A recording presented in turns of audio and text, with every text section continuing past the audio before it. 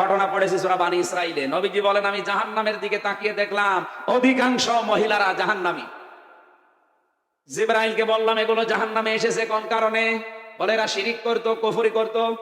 নবীজি বলেন, জিবরাইল এরা কি কুফরি করতো আল্লাহর সাথে? ফেরেশতা বলে, না হুজুর, এরা কুফরি করতো তার স্বামীর সাথে। আমার তো এই হাদিসটার ব্যাখ্যা পড়ে মনে হচ্ছে বাংলাদেশের 100 জনের 98টা মহিলা জাহান্নামে যাবে। কারণ আমি যে স্বামী, এইটাও স্বামী, স্বামী না এগুলো? মন থেকে বলতে বলেন তো, সারা জীবন আমরা ওদের জন্য ব্যয় করে দিলাম, মাথার ঘাম পায়ে ফেলে স্ত্রীর মুখে হাসি ফোটানোর জন্য চেষ্টা চালা একজন স্বামী।